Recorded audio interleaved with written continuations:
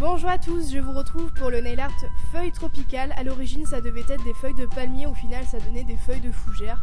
En tout cas pour réaliser ce nail art, vous aurez besoin d'une base, d'un vernis blanc, de peinture acrylique verte, blanche, d'un pinceau liner, d'un dotting tool et d'un top coat. Et c'est un nail art 3 étoiles. J'applique tout d'abord ma base qui va servir de bouclier contre les pigments du vernis, puisque si on ne met pas de base, le vernis pourrait rentrer à l'intérieur de l'ongle et jaunir et abîmer l'ongle. Donc pensez vraiment à appliquer une base, il ne faut surtout pas l'oublier lorsque vous appliquez du vernis. N'oubliez pas également la tranche de l'ongle pour prolonger la protection. J'applique ensuite mon vernis blanc en 2 ou 3 couches selon l'opacité de mon vernis comme d'habitude. Donc la première couche assez fine, la seconde un petit peu plus épaisse. Si jamais vous n'avez pas envie d'appliquer une troisième couche mais que ça manque un petit peu d'opacité, il suffit d'appliquer 2 couches assez épaisses mais ça séchera beaucoup moins rapidement. On n'oublie pas la tranche de l'ongle pour prolonger la tenue du vernis. Petit conseil pour les personnes qui auraient du mal à appliquer leur vernis sans déborder, je vous conseille les vernis qui ont des pinceaux arrondis comme ceux de chez Yves Rocher. C'est beaucoup plus simple pour mieux délimiter la cuticule.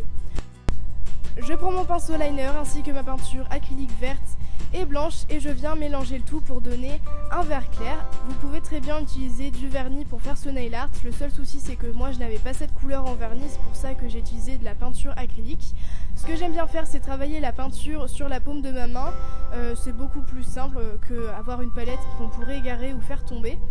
De toute façon ça part à l'eau donc ce n'est pas toxique contrairement au vernis. Donc du coup pour faire la feuille je viens faire une ligne pour faire la tige et ensuite de chaque côté je vais faire les sortes de feuilles. Donc je commence par faire une feuille qui rebique un petit peu vers le haut, donc un trait que je viens élargir ensuite petit à petit. Et à chaque fois que je descends je vais faire les feuilles de plus en plus grandes pour faire une sorte d'escalier mais pas trop prononcé non plus. Donc là du coup je vous montre comment faire des feuilles de fougère, mais si vous voulez faire des feuilles de palmier, il vous suffit de faire les feuilles beaucoup plus droites et beaucoup plus pointues. Ce que je vous conseille de faire, c'est que lorsque vous faites la tige, c'est de mettre le moins de matière possible sur le pinceau. Et lorsque vous faites ensuite les feuilles, c'est de prendre une petite boule de peinture ou de vernis pour ensuite l'étaler et faire en sorte que ce soit arrondi sur le bout.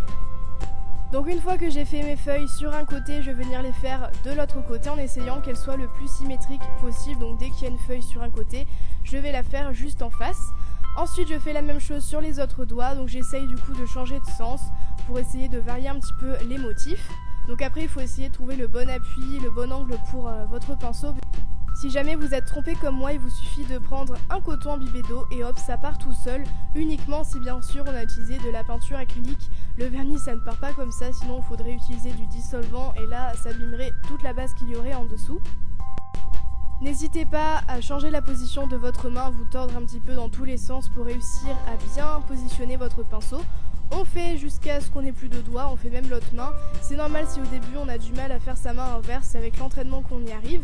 Je viens ensuite ajouter une sorte d'ombre en diluant ma peinture acrylique vert foncé, donc sans la mélanger avec rien.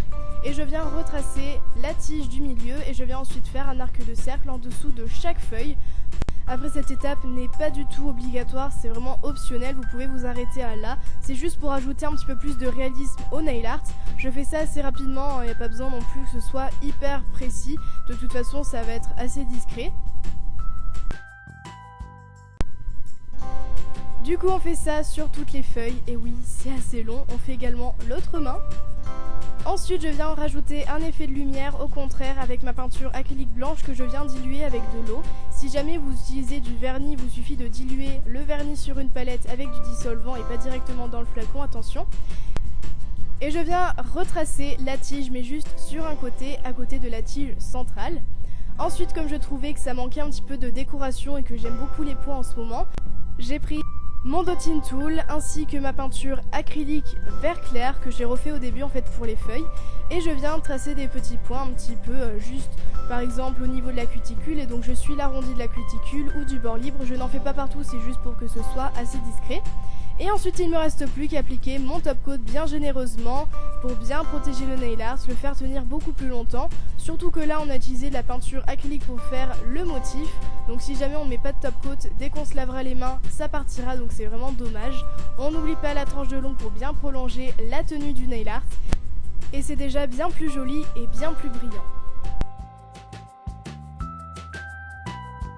Et voilà, j'espère que ce nail art vous a plu. Si c'est le cas, n'oubliez pas de liker la vidéo, de la partager et de vous abonner en cliquant sur le bouton rouge. Quant à moi, je vous retrouve vendredi pour la version sur les pieds.